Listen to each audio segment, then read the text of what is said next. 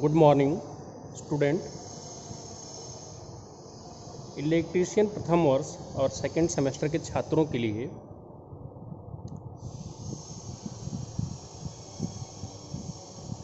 Illumination chapter आपको पढ़ाया जा रहा है। इल्यूमिनेशन का मतलब है प्रदीप्ति।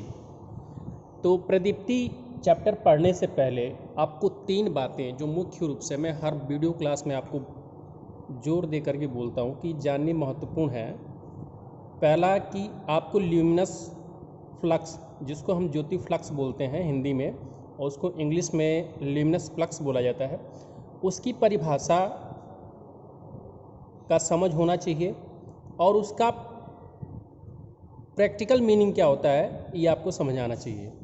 और यकीन मानिए, अगर आप वीडियो क्लासेस शुरुआत के देखेंगे जहाँ पे मैंने आपको ये समझाया है कि ल्यूमिनस फ्लक्स क्या होता है, तो वहाँ पे आपको बहुत ही आसानी से समझ में आएगा। वैसे मैं फिर से एक बार बता देता हूँ, ल्यूमिनस फ्लक्स का मतलब ये होता है कि किसी भी प्रकाश स्रोत से जो कुल प्रकाश की मात्रा उत्सर्जित होती है उसी को हम क्या बोलते हैं, ल्यूमिनस फ्लक्स बोलते हैं। और इसका मात्रक क्या होता है, ल्यूमेन होता है। तो ये बहुत ही आसान से डेफिनेशन है जो आप अपने दिमाग में फिट कर सकते हैं और इसको आप कहीं पे भी बताएंगे तो आपकी जो परिभाषा होगी वो करेक्ट होगी। सेकंड, हमने आपको बताया था कि ल्यूमिनस इंटेंसिटी, जिसको हम बोलते हैं ज्योति तीव्रता। तो ज्योति तीव्रता के बारे में आपको ये बताया गया था कि किसी भी प्रकाश स्रोत से 1 यूनिट सॉलिड एंगल में जो प्रकाश की मात्रा होती है उसको हम बोलते हैं ल्यूमिनस इंटेंसिटी अर्थात ज्योति तीव्रता। और इसका मात्रक क्या बन जाएगा, ल्यूमेन प्रति घन कोण। क्योंकि जिस जगह पे हम प्रकाश की मात्रा देख रहे हैं वो कितना ले रहे हैं, 1 यूनिट सॉलिड एंगल ले रहे हैं। तो 1 यूनिट सॉलिड एंगल में जितनी भी प्रकाश की मात्रा है उसको हम क्या बोल रहे हैं, ल्यूमिनस इंटेंसिटी। उसके बाद हमने आपको बताया था इल्यूमिनेशन, जिसको हम प्रदीप्ति बोलते हैं। तो किसी भी प्रकाश स्रोत से 1 वर्ग मीटर के क्षेत्रफल पर, किसी भी प्रकाश स्रोत से 1 वर्ग मीटर, या हम इसको ये बोल सकते हैं कि 1 यूनिट के क्षेत्रफल पर जितना भी प्रकाश पड़ता है उसकी मात्रा को हम इल्यूमिनेशन बोलते हैं। तो इस परिभाषा के अनुसार इल्यूमिनेशन का मात्रक क्या बन जाएगा, ल्यूमेन प्रति मीटर स्क्वायर। तो ये 3 परिभाषा बहुत ही महत्वपूर्ण है। उसके बाद हमने आपको प्रकाश स्रोत का जो मात्रक होता है वो बताया कि किसी भी प्रकाश स्रोत को हम किस में मेजर करते हैं, कैंडल पावर में।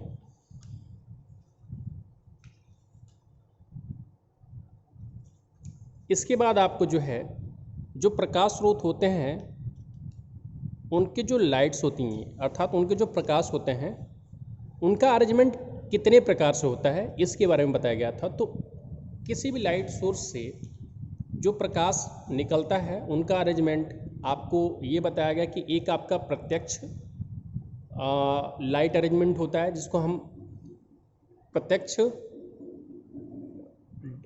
मतलब डायरेक्ट लाइटिंग बोलते हैं। डायरेक्ट लाइटिंग का मतलब ये होता है कि अगर हमने कोई प्रकाश स्रोत लगाया है और उस प्रकाश स्रोत से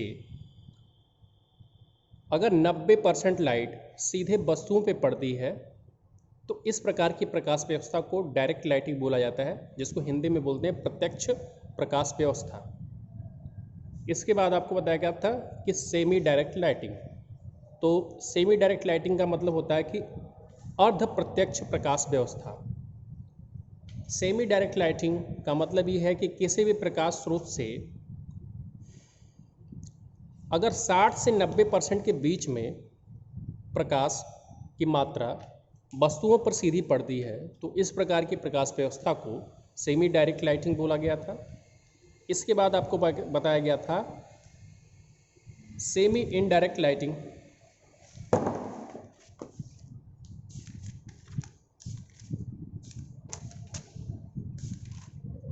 देखिए, 3rd नंबर पे आपको बताया गया था सेमी इनडायरेक्ट लाइटिंग। तो यदि लाइट, जिसको हम प्रकाश स्रोत कह सकते हैं, यदि लाइट को इस प्रकार लगाया जाए कि लगभग 60 से 90% प्रकाश वस्तु पर न पड़े अर्थात ऊपर की ओर पड़े तो इस प्रकार की विधि को हम सेमी इनडायरेक्ट लाइटिंग कहते हैं। और यह अधिकतर जो है रेस्टोरेंट, ऑफिस, ड्राइंग रूम आदि में उपयोग की जाती है। और इसमें एक रिफ्लेक्टर लगा होता है जो ये काम करता है। तो आपको ध्यान ये रखना है कि इस पे जो है आपके ऑब्जेक्टिव प्रश्न भी पूछे जाएंगे, जिसमें आपको ध्यान रखना होगा कि सेमी डायरेक्ट लाइटिंग या सेमी इनडायरेक्ट लाइटिंग में कितने % लाइट वस्तुओं पर पड़ती है, तो उसका रेंज है 60 से 90%। दूसरा ऑब्जेक्टिव प्रश्न ये बन सकता है कि सेमी इनडायरेक्ट लाइटिंग की जो व्यवस्था होती है वो कहाँ कहाँ पर की जाती है। तो आपको याद रखना पड़ेगा रेस्टोरेंट, ऑफिस, ड्राइंग रूम, ये आपको ध्यान देने की बातें हैं। थोड़ा सा ध्यान देंगे तो आपको पता चल जाएगा कि रेस्टोरेंट में आप देखते हैं कि बहुत ज़्यादा प्रकाश फर्श में नहीं पड़ता है, तो इसका मतलब कि वहाँ पे कौन सी प्रकाश व्यवस्था है, सेमी इनडायरेक्ट लाइटिंग। और उसका डायग्राम भी बनाया गया है। ये इस प्रकार का डायग्राम है कि केवल 40% लाइट ही वस्तुओं पे पड़ती है। और उसके बाद आपको बताया गया था इनडायरेक्ट लाइटिंग, जिसका मतलब ये होता है अप्रत्यक्ष प्रकाश व्यवस्था।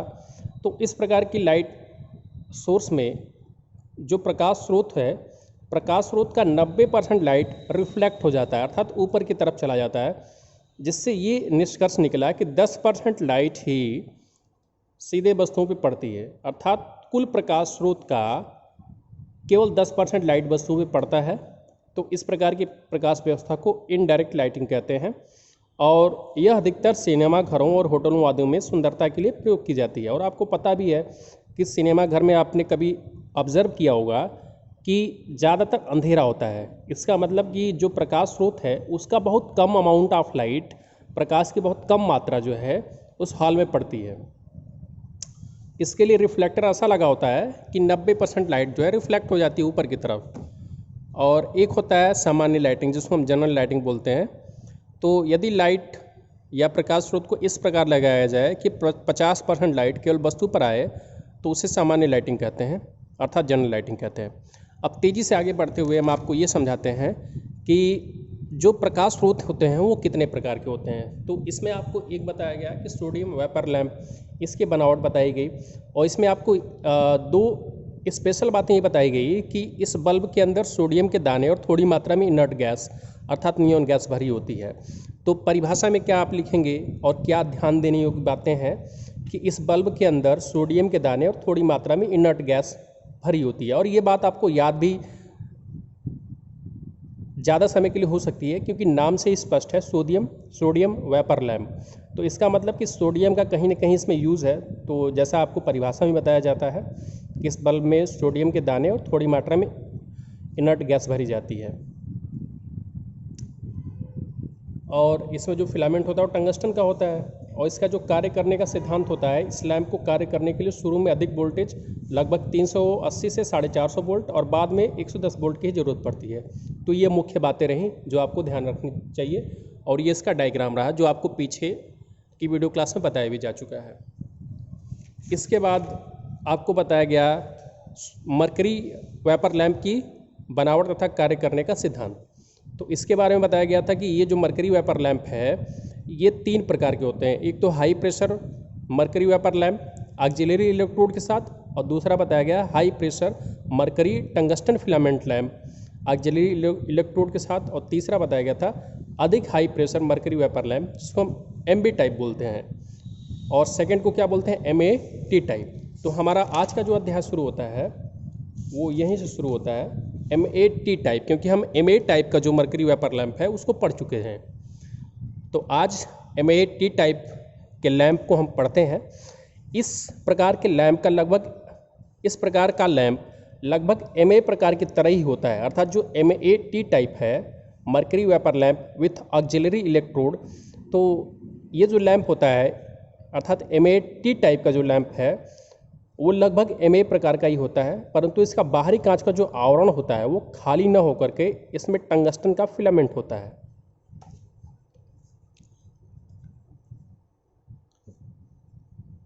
अब आपको दिखाई दे रहा होगा। तो MAT टाइप के लैंप में ये आपको बात ध्यान रखना है कि ये जो लैंप होता है वो लगभग जो MA प्रकार का ही होता है, MA टाइप के जैसा ही होता है, परंतु इसका बाहरी जो आवरण होता है वो खाली न होकर के इसमें टंगस्टन फिलामेंट होता है। इसमें टंगस्टन फिलामेंट एक सामान्य लैंप जैसा ही होता है, जैसे कि सामान्य लैंप पे आप फिलामेंट देखते हैं वैसा ही होता है। यह फिलामेंट विसर्जन ट्यूब के श्रेणी में होता है। ये जो फिलामेंट होता है ये विसर्जन ट्यूब के श्रेणी में होता है या ब्लास्ट का कार्य करता है, अर्थात चोक का कार्य करता है। इस लैंप में अलग से चोक की आवश्यकता नहीं होती है। जैसे कि आपको मैंने ये बताया ही है कि इसमें टंगस्टन फिलामेंट एक सामान्य लैंप जैसा ही होता है। तो MAT टाइप के मर्करी वेपर लैंप की परिभाषा में आपको जो बातें ध्यान देनी है वो ये देना है कि ये जो लैंप है लगभग MA प्रकार के लैंप जैसा होता है, परंतु इसका बाहरी आवरण जो होता है वो खाली ना होकर के उसमें टंगस्टन का फिलामेंट होता है। और इसमें जो टंगस्टन का फिलामेंट होता है वो सामान्य लैंप जैसा ही होता है, जैसे कि आपको कांच के बल्ब में भी देखने को मिलता है। और यह फिलामेंट विसर्जन ट्यूब के श्रेणी में होता है और यही जो फिलामेंट है वो ब्लास्ट का काम करता है, ब्लास्ट अर्थात चोक का काम करता है।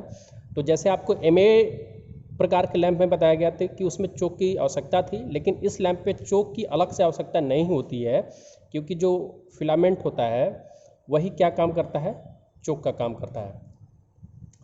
इस लैंप का स्विच ऑन करते ही यह साधारण उद्दीप्त लैंप की तरह प्रकाश देने लगता है और विसर्जन ट्यूब को गर्म करता है।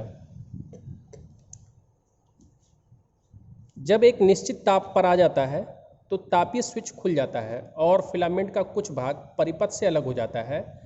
इससे विसर्जन ट्यूब के पार्श्व में अधिक वोल्टेज प्राप्त होती है।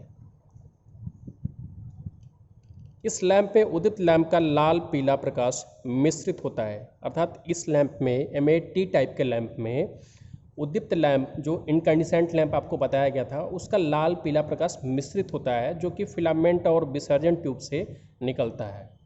यह प्रकाश आँखों के लिए अनुकूल होता है।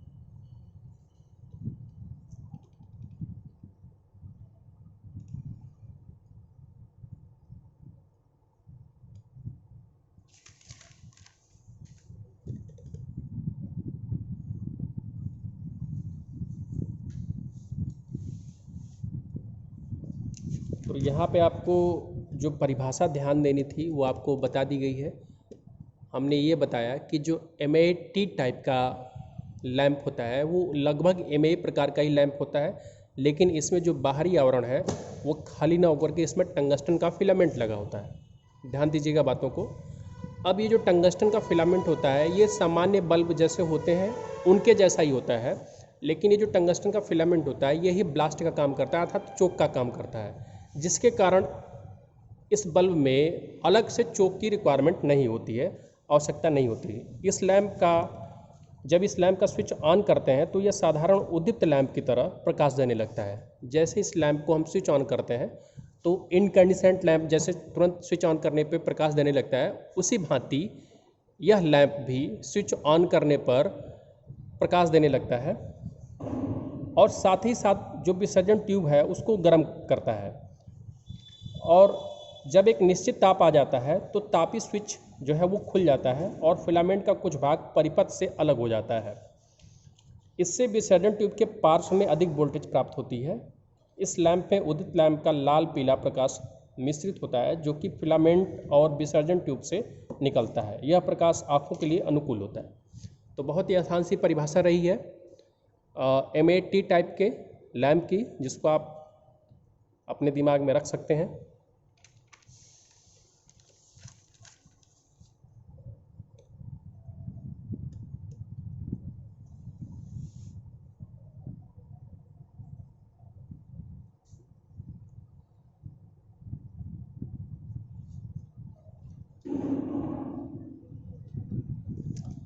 अब जो हमारा अगला टाइप है मर्करी वेपर लैंप के जो 3 प्रकार थे उसमें से हमने 2 प्रकार को पढ़ लिया है। फर्स्ट हमने पढ़ा है MA type mercury vapour lamp, second हमने पढ़ा है MAT टाइप जो अभी पढ़ा है। अब थर्ड जो है high pressure mercury vapour lamp, जिसको हम MB टाइप कहते हैं। तो इसकी परिभाषा ये होगी कि यह लैंप बहुत ही उच्च दाब लगभग 5 से 10 वायुमंडलीय दाब पर कार्य करता है। तो इसमें जो आपको रिमार्केबल पॉइंट है ऑब्जेक्टिव में, इसी तरह के प्रश्न आप देखिए। एमबी प्रकार का जो लैंप है उसको हम हाई प्रेशर मतलब अधिक प्रेशर का जो है मर्करी वेपर लैंप में रखते हैं। तो अधिक प्रेशर का मतलब कि जाहिर सी बात है कि इस लैंप के लिए प्रेशर की रिक्वायरमेंट अन्य लैंप के मुकाबले ज़्यादा होगी, और यही लिखा भी जा रहा है कि यह लैंप बहुत ही उच्च दाब लगभग 5 से 10 वायुमंडलीय दाब पर कार्य करता है। इस लैंप में विसर्जन नली जो होती है, मतलब जो विसर्जन नली होगी वो स्फटिक, जिसको हम क्वार्ट्ज बोलते हैं, उसकी बनी होती है, जिसमें एक सहायक इलेक्ट्रोड होता है और 2 मुख्य इलेक्ट्रोड होते हैं। तो विसर्जन ट्यूब लगभग 5 सेंटीमीटर लंबी होती है और इस लैंप की टोपी में 3 पिन होता है। जैसा कि आपको ये संरचना दिखाई दे रही है, 3 पिन होती है जो कि बायोनेट प्रकार की होती है और इसे सामान्य होल्डर में नहीं रखा जा सकता है। इसके लिए चोक और संधारित्र की आवश्यकता होती है। अब ये पूरा डायग्राम है, इसमें मैं आपको समझा रहा हूँ कि जो भी आपको परिभाषा में बताया गया है उसी चीज़ को हमने यहाँ पे डायग्राम से रिप्रेजेंट किया है, डायग्राम में दिखाया है। अगर आप डायग्राम ध्यान से देखते हैं तो बहुत सारी चीज़ें आपको याद आ जाएगी कि इस प्रकार के लैंप में जो 3 पिन वाला जो है आपका होगा, इसमें ये देखिए, ये जो है एक स्टार्टिंग इलेक्ट्रोड है रजिस्टर के साथ, स्टार्टिंग इलेक्ट्रोड रजिस्टर, और ये आपका जो है स्टार्टिंग इलेक्ट्रोड कहलाता है। ये जो देख रहे हैं कि ये जो स्टार्टिंग रजिस्टर है, इलेक्ट्रोड रजिस्टर, इसके साथ एक स्टार्टिंग इलेक्ट्रोड लगा हुआ है और इसको हम बोलते हैं इलेक्ट्रिकल कनेक्टर्स। और ये आपका जो है सपोर्ट असेंबल, मतलब जिस कांच के ट्यूब में रखा गया उसको सपोर्ट करने के लिए है।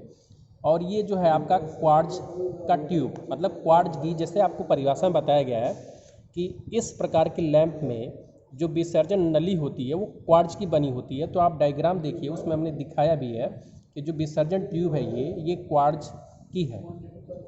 क्वार्ट्ज को हम हिंदी में स्फटिक बोलते हैं।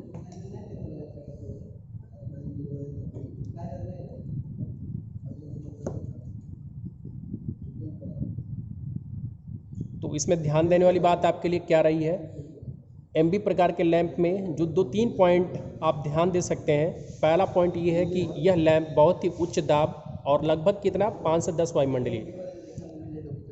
ऑब्जेक्टिव प्रश्नों के लिहाज से आपको ये पॉइंट जो है ध्यान देने पड़ेंगे, क्योंकि आपकी जितनी भी विभिन्न कंपटीशन की परीक्षाएं होंगी उसमें अगर प्रश्न इस वाले लैंप से पूछा जाएगा तो यहीं से पूछा जा सकता है। और थोड़ा सा ध्यान दे सकते हैं, ये बहुत ज़्यादा महत्वपूर्ण तो नहीं लग रहा है, विसर्जन ट्यूब की लंबाई 5 सेंटीमीटर होती है, बहुत ज़्यादा महत्वपूर्ण नहीं है, लेकिन ये पॉइंट आपका खास ध्यान देने वाला है।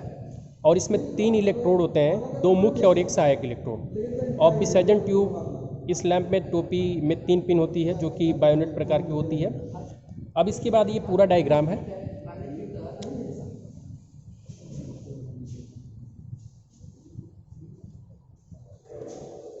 और विसर्जन नली का जो कार्य होता है वो एमए प्रकार के लैंप की तरह ही होता है, क्योंकि क्वार्ट्ज ट्यूब उच्च तापमान पर कार्य कर सकती है, इसलिए इसे किसी भी स्थिति में उपयोग किया जा सकता है।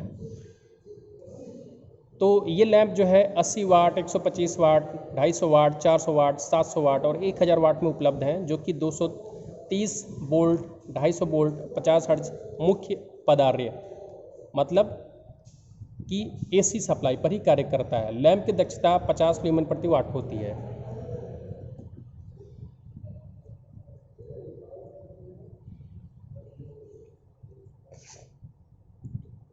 तो आज के लिए इस वीडियो में इतना ही। वीडियो देखने के लिए आपको धन्यवाद। कल से शुरू किया जाएगा सोडियम वेपर लैंप और मर्करी वेपर लैंप की तुलना।